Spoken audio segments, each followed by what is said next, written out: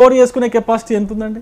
ఎన్ని ప్రాజెక్టులు ఉన్నాయి, ఎంత స్టోర్ చేసుకోవచ్చు, ఎన్ని లిఫ్ట్ ఇరిగేషన్స్ ఉన్నాయి, ఎన్ని నీళ్ళు ఎన్నికేసుకోవచ్చు, మిగులు జలాలలో ఎంత, నికర జలాల్లో ఎంత, ఎంత వాడుకుంటున్నాం లెక్కలు ఉన్నాయి కదా.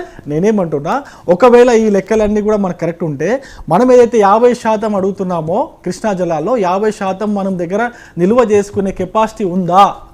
అంత ప్రాజెక్టులు ఉన్నాయా? అన్ని లిఫ్ట్ ఇరిగేషన్లు ఉన్నాయా? అన్ని నీళ్ళు ఎన్నికేసుకునే అవకాశం మనకు, ఎందుకంటే నీళ్లు పారుతాయి మన దగ్గర ఆగవు, నీళ్లు పారుతా ఉంటాయి.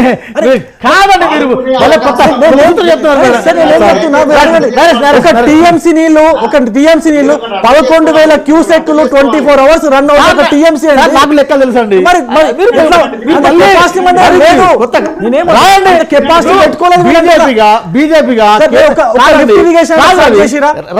బీజేపీగా కేంద్రంలో పెద్దన పాత్రగా కట్టుకోండి, మేము 50% ఇస్తాం రాసేయండి. 100% 50% 45% ఎంత బీజేపీ వస్తేనే సాధ్యమవుతుంది.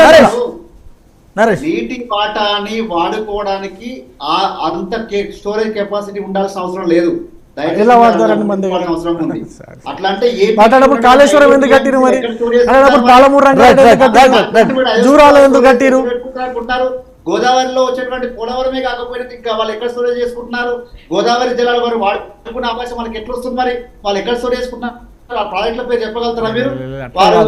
ఎన్ని టీఎంసీలు మరి వాళ్ళు స్టోర్ చేసుకునే అవకాశం ఉందో చెప్పగలుగుతారా? నెక్స్ట్ ఇంకొక విషయం, పాపం బీజేపీ ఎంత అమాయకపు ప్రభుత్వము, ఎంత అమాయక పార్టీ అంటే 11 రాష్ట్రాల ప్రభుత్వాలు కూడగొట్టిన అమాయకత్వం బీజేపీ పార్టీది. సరైన సీట్లు లేకుండానే గవర్నర్ గారి చేత యడ్యూరప్ప గారి ముఖ్యమంత్రి చేసి మళ్ళీ 24 గంటలనే వెనక్కి తీసుకోపోయిన చరిత్ర బీజేపీ పార్టీది. ఈ రోజు నితీష్ కుమార్ బీహార్ లో కానీ ఏ రాష్ట్రంలోనైనా వేరే పార్టీ ఎమ్మెల్యేలను రిజైన్ చేయించకుండా మా పార్టీలో తీసుకున్నదంటూ మీరు చూపించండి దమ్ముంటే. లేదు, ఎక్కడైనా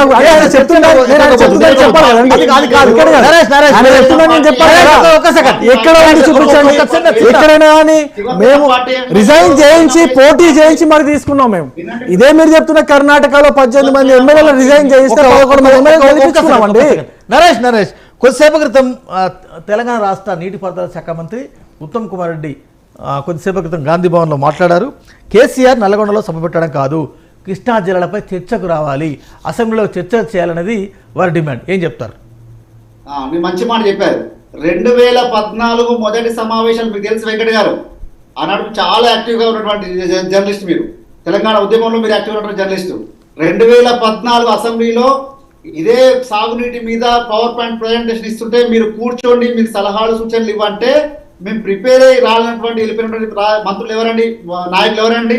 ఈ ఉత్తమ్ కుమార్ రెడ్డి గారు కదా. ఈ రోజు చర్చకు రమ్మన్నారు. ఎస్, మేము సిద్ధం.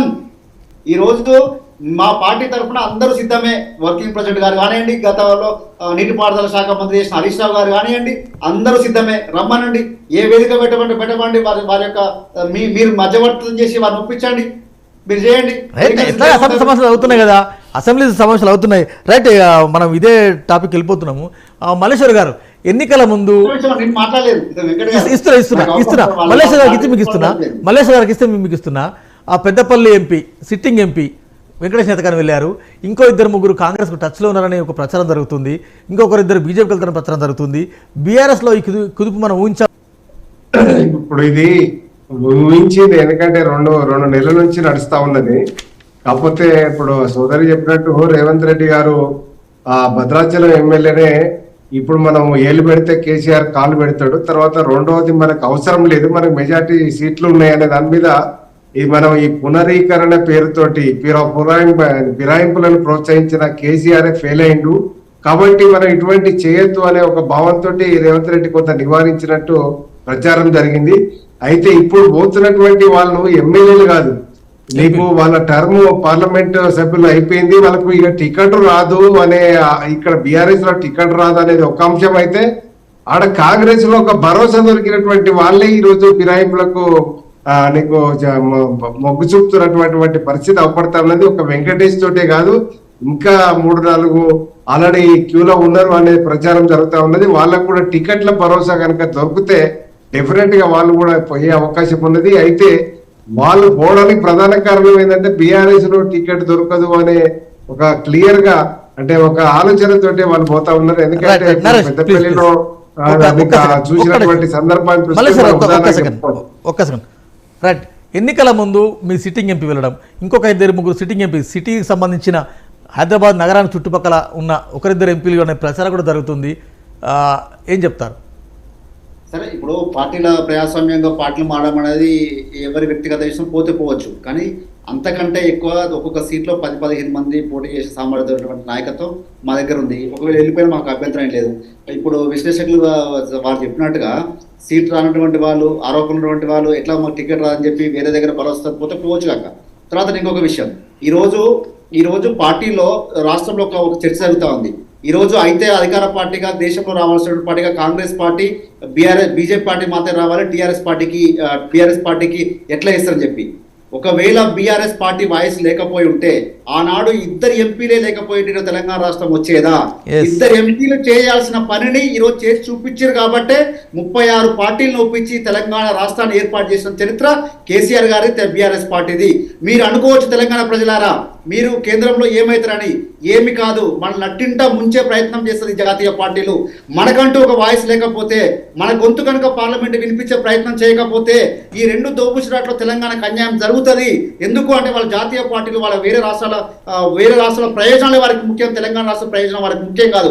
ఇప్పుడు రవి గారు అధికార ప్రతినిధిగా వారికి మాట చెప్పారు, మేము కేంద్రంలో ఉండి వేసి రాష్ట్రంలో మీ అధికారం కోసం చేస్తా అన్నారు. మరి రాష్ట్రంలో అధికారానికి మీకు ఎంపీలు ఎందుకు? ఎంపీలు మాకు వదిలేయండి, ఎంపీలు మమ్మల్ని గెలిపించండి.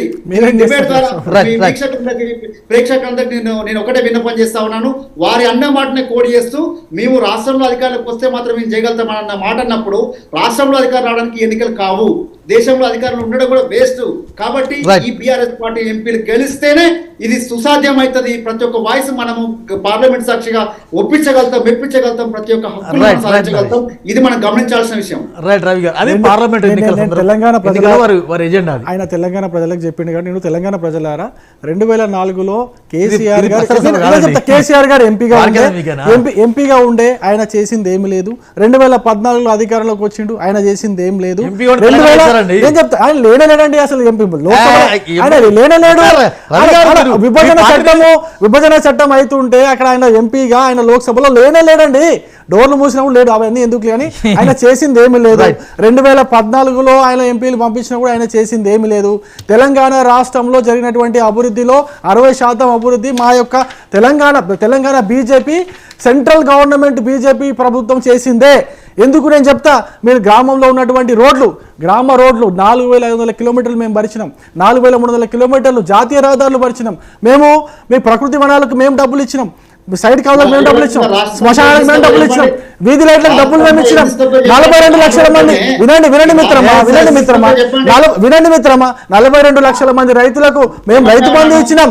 42 లక్షల మందికి 42 లక్షల మంది రైతులకు మేము రైతు బంధు ఇచ్చినాం.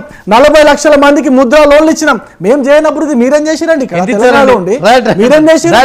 చెప్తారు మేము ఎంపీకి ఉండి సెంట్రల్ గవర్నమెంట్ లో అధికారం ఉండి మేము చేసిన పని ఇదంతా మీరు చెప్పండి. అన్ని మేము చేసిన పథకాలు, మేము చేసిన పనులకు మీరు స్టిక్కర్లు వేసుకొని మీరు చేసినట్టు చెప్పుకోలేదు తప్ప అంటున్నా. నేను అందుకే చెప్తున్నా, తెలంగాణ ప్రజలకు నేను చెప్తున్నా, తెలంగాణ ప్రజలకు చెప్తున్నా, బీఆర్ఎస్ పార్టీ తెలంగాణ వినండి మిత్రమా.